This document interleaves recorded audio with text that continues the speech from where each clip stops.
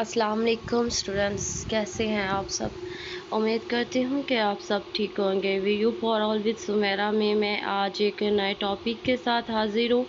इसमें मैं आज की वीडियो में मैं आपको बताऊंगी कि कैसे आपने CS 201 की जो है तैयारी करनी है, और इसमें मैं आपको कुछ ट्रिक्स बताऊंगी। आप लोगों को अगर CS 201 की समझ नहीं आ रही है तो मेरी आज की वीडियो में इंशाल्लाह मैं आपको सारा मेथड बताऊंगी कि कैसे आपने पेपर की तैयारी करनी है।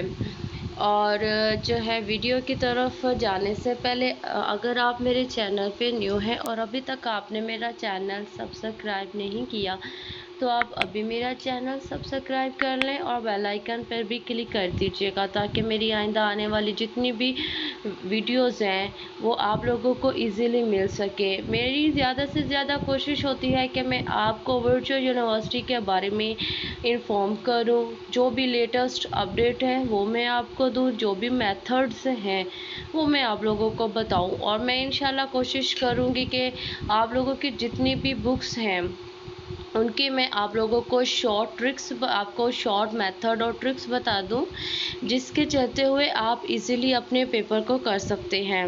तो चलते हैं हम लोग अपने जो है टॉपिक की जानिब। जी स्टूडेंट्स, CS 201 आप लोगों को बहुत ज़्यादा मुश्किल लगती है। बाद स्टूडेंट्स ऐसे हैं जो बार बार इसमें F लेते हैं, और बाद स्टूडेंट्स ऐसे हैं जो अभी तक जो है न्यू है और उनको समझ नहीं आ रही है। तो इसमें मैं आप लोगों को बता दूं कि हमारे पास जो CS 201 का पेपर होता है, इसमें हमारे पास 3 तरह के क्वेश्चंस आते हैं। ठीक है, हमारे जो CS 201 के जो लॉन्ग क्वेश्चंस आते हैं ये हमारे पास होते हैं 3 टाइप के। एक तो हमें आता है कि हमने अपने दी गई कोडिंग में से करेक्शंस करनी होती है, एरर्स ढूंढने होते हैं। ठीक है, एक इस तरह का क्वेश्चन होता है। दूसरा आपके पास क्वेश्चन होता है, पूरा आपके पास प्रोग्राम दिया हुआ होता है और आपने दिए गए प्रोग्राम में से आपने आउटपुट निकालना होता है। और तीसरा आपके पास जो क्वेश्चन होता है वो आपके पास क्वेश्चन होता है कि आपको एक जो है दिया जाता है, इंस्ट्रक्शंस दी जाती है, आपने उसके अकॉर्डिंग कोई ना कोई प्रोग्राम बना के सबमिट करवाना होता है। तो आज मैं आपको बताऊंगी कि कैसे जो है आपके पास अगर तीनों तरह के क्वेश्चंस आते हैं तो कैसे आपने इनको सोल्व करना है। और आपके पास जो लॉन्ग शॉर्ट क्वेश्चंस आते हैं उसमें ज़्यादातर आप लोगों से डिफरेंसेस पूछे जाते हैं, या फिर आप लोगों को कोई ना कोई थ्योरी का क्वेश्चन आ जाता है। तो मैं इंशाल्लाह इस वीडियो में जो है अभी तो मैं आप लोगों को बताऊंगी कि कैसे आपने आपके जो 5-5 नंबर के 5-5 मार्क्स के जो आपके क्वेश्चंस हैं उनको कैसे आपने सोल्व करना है। तो चलती हूँ मैं अपने जो है डिटेल्स की जानिब। आप लोगों को मैं साथ साथ समझा भी दूंगी कि आपने कैसे जो है ये सारा करना है। तो पहले मैं आप लोगों को बताती हूँ कि आपको एक क्वेश्चन दिया गया है और आपको कहा जाता है कि आपने इसमें से गलतियाँ निकालनी है। ठीक है, आपने इसमें से देखना है कि कौन कौन सी चीज़ें जो है यहाँ पे गलत है। तो हमारे पास जो चीज़ें हमें दी गई होती हैं करेक्ट करने के लिए, उसमें हमारे पास हम बोलते हैं एरर्स को। तो हमने अपने प्रोग्राम में से एरर्स को डिबग करना होता है। डिबग हमारे पास प्रोसीजर होता है कि हमने उसमें से एरर्स को ढूंढना है और उसको सही करना है। आपके पास जो कोड पेपर में आएगा वो ज़्यादा लेंथी नहीं होता, इसीलिए एरर्स को ढूंढना हमारे लिए ज़्यादा मुश्किल नहीं होता है। हमारे पास एरर्स जो होती हैं ये 3 तरह की होती हैं। हमारे पास 3 तरह की एरर्स होती हैं। ये मैंने अभी जो है वेरी फर्स्ट पेज पे हूँ मैं आपको, तो जो है यहाँ से मैं आपको बताती जाती हूँ कि क्या क्या चीज़ जो है ये इम्पोर्टेंट है। तो स्टूडेंट्स, हमारे पास 3 तरह की एरर्स होती है। एक हमारे run time error, logical error and syntax error, ये 3 तरह की हमारे पास एरर्स होती हैं। तो जो हमें कोड दिया गया होता है कि इसमें से आपने बग्स को फिक्स करना है, बग्स को निकालना है, तो सिंपल आप इन 3 एरर्स को आप पहले देखोगे कि आया इन तीनों में से कोई चीज़ तो नहीं है। अगर इन तीनों में से कोई चीज़ है तो आप उसको करेक्ट कर दोगे, ठीक है। तो पहली जो मैं आप लोगों को बता रही हूँ, पहली हमारे पास जो एरर होती है, पहली हमारे पास है रन टाइम एरर है। रन टाइम एरर जब हम लोग अपने प्रोग्राम को रन कर रहे होते हैं उस टाइम पे जो गलतियाँ वाक़या होती हैं वो हमारे पास कहलाती है रन टाइम एरर्स, ठीक है। और उसके बाद हमारे पास है सिंटैक्स एरर्स। ज़्यादातर जो एरर्स आती हैं हमारे पास ये आती हैं जो पेपर में करेक्ट करने के लिए दी गई होती हैं। हमारे पास होती हैं सिंटैक्स एरर है एंड हमारे पास है जी सिंटैक्स एरर के बाद हमारे पास है लॉजिकल एरर्स। तो सिंटैक्स एरर हमारे पास कौन सी एरर्स होती हैं? सिंटैक्स एरर हमारे पास होते हैं, सिंटैक्सेस हमारे पास होते हैं जो पहले प्री डिफाइन होती है, रिजर्व वर्ड होते हैं, कीवर्ड्स होते हैं। अब रिजर्व वर्ड कीवर्ड्स क्या है? Reserve words are those words which meaning are pre defined, ठीक है, इनके मीनिंग्स प्री डिफाइन है। We can only use keywords in our program, we can not change their meaning. हम उनके मीनिंग्स को change नहीं कर सकते। हाँ, जिन मकसद के लिए बनाए गए हैं उन मकसद को हम लोग अपने प्रोग्राम में यूज़ कर सकते हैं, ठीक है। तो इसमें जो है हमारे पास जो है अब बात कर रही हूँ रिजर्व वर्ड्स की, कीवर्ड्स। तो यहाँ पे अगर आप लोग देखें तो ये हम पास शॉर्ट है और फिर हमारे पास है सी आउट है। ये हमारे पास क्या है? ये हमारे पास है रिजर्व वर्ड है, ठीक है। तो हम इनको चेंज नहीं कर सकते। अपने प्रोग्राम में आप इसको यूज़ कर सकते हो, अपने प्रोग्राम में आप इसको इस्तेमाल कर सकते हो। तो आपने देखना है कि हमारे पास जो सिंटैक्स है, आपके पास नेक्स्ट फॉर लूप है, आपके पास इफ़ एल्स है, ये सारे जो है आपके पास होंगे। इनके सिंटैक्सेस आपको सिंटैक्सेस दिए हो गए हैं। आपने इन सिंटैक्सेस को अच्छे से याद करना है अपने रजिस्टर पे, चाहे आप इसकी प्रैक्टिस करें, लिख के आपने इनको लिख के जो है करना है। जो है एरर्स करेक्शंस पे मज़ीद बात होती है। अब नेक्स्ट हमारे पास मैंने आपको मेथड एक बताया है कि हमारे पास 5 नंबर का क्वेश्चन आता है कि आपको एक प्रोग्राम दिया गया है, आपने प्रोग्राम की जो है आउटपुट लें। तो अब आपने आउटपुट कैसे लेनी है? ये बहुत जो है आपको इंफॉर्मेटिव बात बताने लगी हूँ। और मेरा नहीं ख्याल कि कोई भी पेपर वीयू का ऐसा हो जिसमें आपसे आउटपुट ना रिक्वायर्ड हो। तो आउटपुट के लिए आपको मैं ट्रिक्स बता देती हूँ, उनको आपने फॉलो करते हुए आउटपुट लेना है जी स्टूडेंट्स। तो इसमें हमारे पास देखें यहाँ पे है कि ये मुझे एक प्रोग्राम दिया गया है, इतना सा ये प्रोग्राम है जी। मुझे कहता है कि मुझे इसका जो है आउटपुट दो मुझे। तो मैं सिंपल जो है देखती हूँ कि इसका आउटपुट क्या है। आउटपुट में हमारे पास जो है यहाँ पे देखें कि ये हमारे पास जो डबल कोटेशंस के अंदर जो चीज़ होती है, सी आउट में हमारे पास सी आउट आपने देखना है। जब इनपुट आप लोगों से आउटपुट आप लोगों को रिक्वायर्ड होगी, 2 चीज़ें आप लोगों ने मद्देनज़र रखनी है। एक आपने देखना है सी आउट और एक आपने देखना है सी इन। सी आउट हमारे पास होता है स्क्रीन पे प्रिंट करवाने के लिए, ठीक है। और क्या करता है सी आउट, और सी आउट के बाद आपने देखनी है ये डबल कोटेशंस मार्क्स आपको नज़र आ रहे हैं। जो चीज़ डबल कोटेशंस के अंदर होगी, ठीक है, डबल कोटेशंस के अंदर जो चीज़ होगी आपने उसको एज इट इज़ लिख देना होता है, ठीक है। और उसके बाद जो है सी इन नेक्स्ट पेज आएगा प्रोग्राम में, उसमें मैं आपको देती हूँ, ठीक है जी। अगर इसकी आउटपुट हम लोग देखें ओके, ये हमारे पास है ये फ्लोट एक्स फ्लोट वाई है। अच्छा जी, यहाँ पे जो है इसकी आउटपुट कहीं पे दी नहीं हुई है।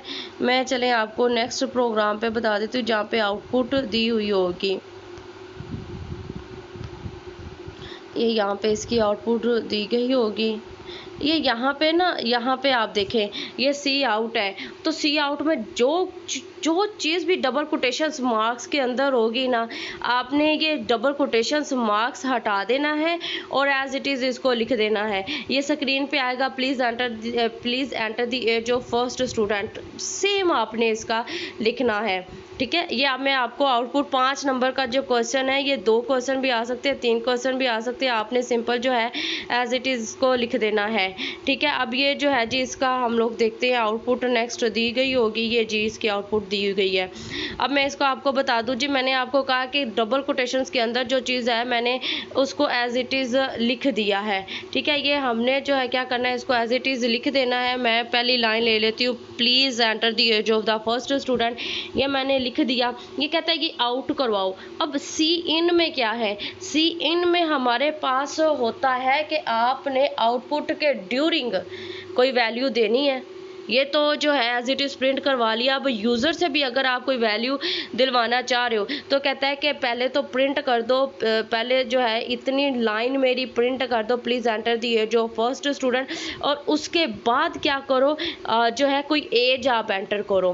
तो यहाँ पे सी इन पे आपने कोई भी जाके एज एंटर कर देनी है। मैं यहाँ पे कर दूँगी 45। फिर आप देखें इसकी आउटपुट की तरफ अगर मैं आपको लेके चलूँ तो यहाँ पे आप देखें कि सैम्पल आउटपुट में आपके पास क्या है, please enter the age of the first student, जो है स्टूडेंट फर्स्ट, या पहले स्टूडेंट की है। तो अब आप आगे देखें कि डबल कोटेशंस के अंदर जो था वैसे का वैसा लिखा हुआ है, और उसके बाद क्या है उन्होंने कोई भी एज एंटर कर दिया है। फिर जो है अगर आप फिर वापस जाते हो उसकी जानिब, प्रोग्राम की जानिब, तो ये पहले स्टूडेंट के बाद फिर दूसरे स्टूडेंट की है, दूसरे स्टूडेंट की एज प्रिंट करवाएगा, आपसे लेगा, इन करेगा। ठीक है, इन का मतलब होता है देना। ठीक है, इनका मतलब होता है लेना, आउटपुट का मतलब होता है देना। तो यहाँ पे स्क्रीन से, ये स्क्रीन आपको आउटपुट में स्क्रीन आपको वैल्यू देगी और सी इन में आपसे वैल्यू लेगी। अच्छा जी, उसके बाद जो है ये कहाँ तक प्रोसीजर चलेगा, ये प्रोसीजर मेरा चलेगा जी 8, ठीक है, ये 10 तक के बाद जो है ये हमारे पास क्या है जी, 10 के बाद हमारे पास जो है कहता है कि टोटल एज में, अब यहाँ पे ये कैलकुलेशन कर रहा है, और कैलकुलेशन में अगर आप देखें तो सी आउट नहीं लिखा हुआ, कोई कोटेशंस मार्क्स नहीं है, तो ये टोटल एज जो है ये हमारे पास आउटपुट में नहीं जाएगी, एवरेज एज भी हमारे पास नहीं जाएगी। ठीक है, अब यहाँ पे देखें सी आउट है, तो 10 तक एंटर करवाने के बाद फिर क्या करेगा, कहता है कि average age of class is, अब एवरेज एज को ये लेगा। ठीक है, ये जो है इतना इसको ये ले लेगा। अब उसके बाद क्या है, कहता है कि आपने इसने क्या कर देना है, एवरेज एज जो है देनी है, एवरेज एज कैलकुलेट करके ये इतना इसने दे दिया, average age of class is, और ये हमारे पास इसने दे देना। सिंपल आप लोगों ने क्या करना है, अगर आप लोगों को 5-5 नंबर के 2 आ जाते हैं, 3 क्वेश्चन आ जाते हैं, वहाँ से लो, आप लोगों ने देखना है डबल कोटेशंस मार्क्स के अंदर जो कुछ लिया हुआ है, दिया हुआ है। ठीक है, सी आउट होगा तो आप उसको पकड़ के एज इट इज प्रिंट करवा दोगे। अब सी इन है, तो सी इन में क्या होगा कि अपने पास से आपने कोई वैल्यू दे देनी है। ठीक है, और फिर इसका जो है यहाँ पे अगर टोटल एज जो ये इन्होंने क्या किया हुआ है, एवरेज का यहाँ पे फार्मूला लगाया हुआ है। एवरेज का फार्मूला इसने क्या किया हुआ है, सिंपल आपने सबकी जो एज यहाँ पे आप एंटर कर रहे हो, इन सब की एज को आपस में आपने प्लस कर देना है। ठीक है, टोटल कितने हैं, 10 है, 10 पे आपने इसको डिवाइड कर देना, कोई भी आप लोगों ने, और आप लोगों के पास आउटपुट आ जाएगा, और ये 5 मार्क्स आप लोगों को पूरे मिल जाएंगे। फिर मैंने आप लोगों को सिंटैक्सिस आपको जो है ये आपका मैंने एक कवर करवा दिया है क्वेश्चन। उसके बाद जो है आप लोगों को कहा जाता है जी, आप लोगों ने करना है प्रोग्राम करेक्ट। देखें इसमें कोई गलती है, आपसे कहा जाएगा फाइंड बग्स, ठीक है। आप देखें अगर इसमें कोई एरर्स है आप उसको जो है सही करें। तो एरर्स किस टाइप की होती है, कोई लंबी खासी चौड़ी एरर्स नहीं दी जाती है, बल्कि बिल्कुल छोटी छोटी सी एरर्स आप लोगों को दी जाती है। अब वो एरर्स किस टाइप की होती है, मैंने आप लोगों को 3 तरह की एरर्स बताई हैं। रन टाइम एरर जो है नहीं ज़्यादातर पूछी जाती, 2 तरह की एरर्स पूछी जाती है। एक होती है सिंटैक्स एरर है और एक हमारे पास होती है लॉजिकल एरर्स। यहाँ पे मैं आप लोगों को बता देती हूँ लॉजिकल एरर्स। लॉजिकल हमारे पास क्या होता है, लॉजिक्स हमारे पास होते हैं कि हमने कोई लॉजिक लगाया हुआ है, ठीक है। अब लॉजिक हमारे पास हो जाता है जी, देखें 2 वैल्यूज़ आपस में इक्वल है, एक वैल्यू बड़ी है दूसरी वैल्यू छोटी है, लेस देन इक्वल, ये हमारे पास लॉजिकल ऑपरेटर्स होते हैं और इनके थ्रू अगर कोई एरर आती है तो वो हमारे पास लॉजिकल एरर कहलाती है, ठीक है।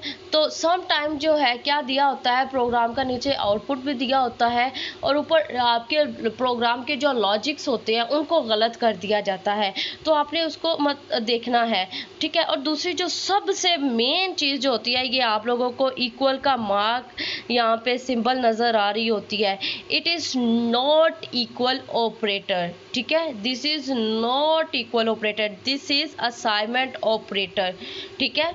हमारी सी लैंग्वेज में ये इक्वल ऑपरेटर नहीं होता, इक्वल के लिए आपने डबल टाइम इक्वल लिखना होता है तो वो इक्वल होता है। ये यहाँ पे क्या है, ये हमारे पास असाइनमेंट ऑपरेटर है, इट असाइन वैल्यू, ठीक है, टू द वेरिएबल्स। इसने क्या करना होता है, वेरिएबल को कोई ना कोई वैल्यू असाइन करनी होती है। अब यहाँ पे देखें तो क्या कहता है कि ये हमारे पास एवरेज एज एक वेरिएबल है और इसको असाइन क्या करना है कि टोटल एज, कि तुम टोटल एज का काउंट करो और उसको डिवाइड कर दो 10 पे, और 10 पे डिवाइड करने के बाद वैल्यू वापस किसको देनी है, वैल्यू वापस दो एवरेज एज को, ठीक है। ये हमारे पास इक्वल क्या है, ये असाइनमेंट ऑपरेटर होता है। तो आपने ये जो चीज़ें होती हैं, ये छोटी छोटी चीज़ें यहाँ पे नोट करनी होती है। ये प्लस आपको नज़र आ रहा है, प्लस 2 चीज़ों को आपस में जमा कर देता है, लेकिन सी लैंग्वेज में इसको कहते हैं कॉनकैटिनेशंस मार्क्स, और ये क्या करता है, ये 2 चीज़ों को आपस में जोड़ देता है। As a programmer being a programmer, आप जो है सारा कुछ कोडिंग में खुद कर रहे होते हो। आप चाहो तो जमा के सिंबल से माइनस करवा सकते हो, माइनस की सिंबल से जमा का काम जो है आप करवा सकते हो। इसके लिए आपको कोडिंग करनी पड़ेगी। यहाँ पे आप प्रोग्रामिंग में बेसिकली कर क्या रहे होते हो, हर चीज़ आपकी अपने कंट्रोल में होती है, हर चीज़ आपने खुद करनी होती है, ठीक है। तो आपने जो है ये सारी चीज़ें देखनी होती हैं। उसके बाद हमारे पास क्या है कि सी लैंग्वेज एक केस सेंसिटिव लैंग्वेज है। केस सेंसिटिव लैंग्वेज से मुराद क्या है कि इसमें हम लोग बड़ी एबीसी छोटी एबीसी का बड़ा ध्यान रखना पड़ता है। यहाँ पे मैं एवरेज का ए बड़ा ले रही हूँ, ठीक है, और एज का भी मैं एज ए बड़ा ले रही हूँ, ठीक है। अब यहाँ पे अगर मैं नेक्स्ट जाके एवरेज का ए छोटा ले लेती हूँ, ठीक है, इसको मैं कर देती हूँ स्मॉल, तो ये क्या करेगा, ये इसको अलग वेरिएबल लेगा और इसको अलग वेरिएबल, दूसरे को अलग वेरिएबल लेगा। अब आपने टोटल जो है एज असाइन करे हो, यहाँ पे आपकी एरर आ जाएगी कि मैं वैल्यू दूँ किसको, आपने तो एक नया वेरिएबल बना लिया है। तो जो आपने ऊपर स्पेलिंग रखे हैं, जो छोटा आपने रखा है स्मॉल रखा है, उसको स्मॉल लिखने दो, और जो आपने कैपिटल लिया है उसको आपने कैपिटल ही रखना है। उसके बाद हमारे पास ये सेमी कॉलन है। सेमी कॉलन क्या होता है, ये लाइन टर्मिनेटर है, ठीक है, ये हमारी लाइन का एंड कर देता है। बाज़ औक़ात हमें एरर जब सही करने के लिए दिया जाता है तो हमें क्या किया जाता है, सेमीकोलन लगाया ही नहीं जाता है। तो इससे क्या होता है, इसमें आपने सिंपल जो है देखना है कि जहाँ पे लाइन एंड हो रही है आपने उस पर सेमीकोलन लगा देना है। ये लॉजिक्स आपने अपने माइंड में रखने हैं, लॉजिक्स को आप अच्छे से पढ़ लीजिएगा, ठीक है। तो इस तरीके से आपने, एक मैंने आपको आउटपुट का मेथड बता दिया, दूसरा मैंने आप लोगों को मेथड बता दिया है जी किसका, करेक्ट करने का। तीसरी मैंने जो आप लोगों को चीज़ बताई है तीसरी चीज़ मैंने आप लोगों को बताई है कि आपने प्रोग्राम लिखना है। ठीक है, आपने क्या करना है, आपने प्रोग्राम लिखना है। तो आपको कोई भी जो है प्रोग्राम दिया जाता है, जी आपने 2 नंबर्स को आपस में प्लस करवाना है, या आपके पास आपको प्रोग्राम दिया गया आपने कोई लूप लगानी है, या आपने स्विच स्टेटमेंट लगाना है, इस टाइप का जो है आपको दिया जाएगा, सिनेरियोस बना के दिया जाएगा। तो उसके लिए सिंपल क्या है कि आपको कुछ भी नहीं आ रहा तो थोड़ा सा आप लोग रट्टा ही, आपको मैं कह सकती हूँ कि रट्टा लगाना है। तो पहले आपने प्रोग्राम में जो चीज़ ऐड करनी होती है कि आपने कहता है कि ये देखें जी, ये उन्होंने कहा कि आप ये प्रोग्राम कैलकुलेट कर रहा है एवरेज 10 स्टूडेंट्स की, ठीक है। तो आप लोगों ने क्या करना है कि आप लोगों को कहा जाता है जी आप इसका कोई ना कोई प्रोग्राम लिख दो। तो अभी मेरे पास कितने, उन्होंने मुझे कहा है 10 स्टूडेंट्स हैं, ठीक है, और मैंने जो है क्या करनी है, इनकी एवरेज लेनी है। तो सिंपल मैं क्या करूँगी, मैं जो है जी मुझे नहीं कुछ आ रहा, तो सिंपल जो है क्या करेंगे हम लोग, इतना जो है हर प्रोग्राम के ऊपर लिखा गया होता है। अगर ये भी चीज़ यहाँ पे आप लोगों को भूल रही है, तो प्रोग्राम में आप लोगों को जो पेपर में बाज़ जो है प्रोग्राम दिए गए होते हैं उसमें से इस चीज़ को कर लेना, आप कॉपी अपने पेपर पे कर देना, क्वेश्चन पे कर देना पेस्ट, नहीं तो इतना जो है आप लोग याद कर लें कि इंक्लूड stream.h हमारे प्रोग्राम में ऐड करवानी होती है, मेन है, ठीक है। तो इसमें जो है इतना मैंने लिख लिया। ये हमारे पास जो हमारे पास है डबल स्लैश के साथ है, ये हमारे पास कमेंट्स होती हैं। उसके बाद जो है जी क्या करना है कि मैंने 10 स्टूडेंट्स लेने हैं। तो थोड़ा अगर आप चाहो तो अपने प्रोग्राम को लंबा करने के लिए इंटीजर 1 कोमा, और कोमा क्या है कि ये इसको सेपरेट कर रहा है लेकिन अलग लाइन नहीं ले रहा, तो आप इंटीजर इंट एज 1 और आपको सेमीकोलन, फिर इंट एज 2 सेमीकोलन। यहाँ पे क्या किया गया, इन्होंने एक ही लाइन के अंदर इनिशियलाइज करवा दिया है। आपने 10 जो है वेरिएबल्स लेने हैं और उनको वैल्यू असाइन करते जाना, फिर टोटल एज, और फिर इस टाइप से जो है मैंने आप लोगों को ये चीज़ बताई है कि आप अगर जो है चाहो तो सी इन ना भी करो, तो आप इसको जो है सिंपल करके इसका आप दे सकते हो, ठीक है। इस टाइप से आप लोगों ने लिखना है। ये तो मैंने आप लोगों को बताया प्रोग्राम सिंपल का। तो अब आपके पास नेक्स्ट जितनी भी, अगर मैं आप लोगों को नेक्स्ट अगर कहीं लेके जाऊँ लूप्स वगैरह पे, आपको फोर लूप पे जो है लेके जाऊँ लेक्चर नंबर 4 में, ये आप हमारे पास है जी फ्लो चार्टिंग है और इसके बाद इफ एल्स है। तो आप देखिएगा कि जो है ये इसमें ना सिंटैक्स दिया गया है, ये हमारे पास होता है सिंटैक्स है कि पहले आपने इफ़ और इफ़ के बाद कंडीशन लगानी है, ठीक है। अगर 2 नंबर आपको दिए गए हैं कि उनका आपस में कंपैरिजन करवाना है आपने, तो आप उनको जो है इक्वल इक्वल कर दोगे, फिर स्टेटमेंट दोगे, ये सिंटैक्स है, ठीक है। फोर लूप का भी दिया गया है। इसके अलावा आगे जितने भी आप लोगों को टॉपिक्स दिए जाएंगे, पढ़ाए जाएंगे, सब के आप लोगों को दिए गए हैं सेंटेक्सेस। आपने सबके सेंटेंस अच्छे से याद कर लेने हैं, और फिर आपने जो है इसका कोई आपको को दिया जाता है प्रोग्राम लिखने के लिए, तो आप लोगों ने प्रोग्राम को लिखना है। नेक्स्ट वीडियोस में मैं इंशाल्लाह आप लोगों को बताऊंगी कि कैसे आप लोगों ने मज़ीद जो है पेपर के रेलेवेंट भी मटेरियल में आप लोगों को दूंगी।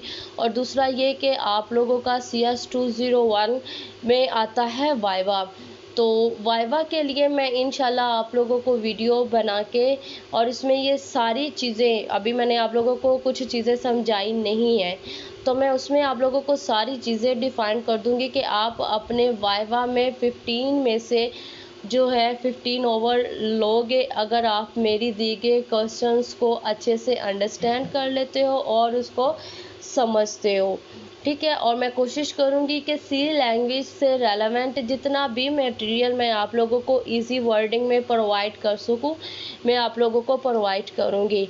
कमेंट सेक्शन मैंने ऑन रखा हुआ है, अगर आप लोगों को कोई भी चीज़ परेशान कर रही है CS 2 के रेलेवेंट, आप इजीली कमेंट करें, मैं आप लोगों को समझाऊंगी। अपना ज़्यादा सारा ख्याल रखिएगा। अल्लाह हम सब का हामी और नासिर। अल्लाह।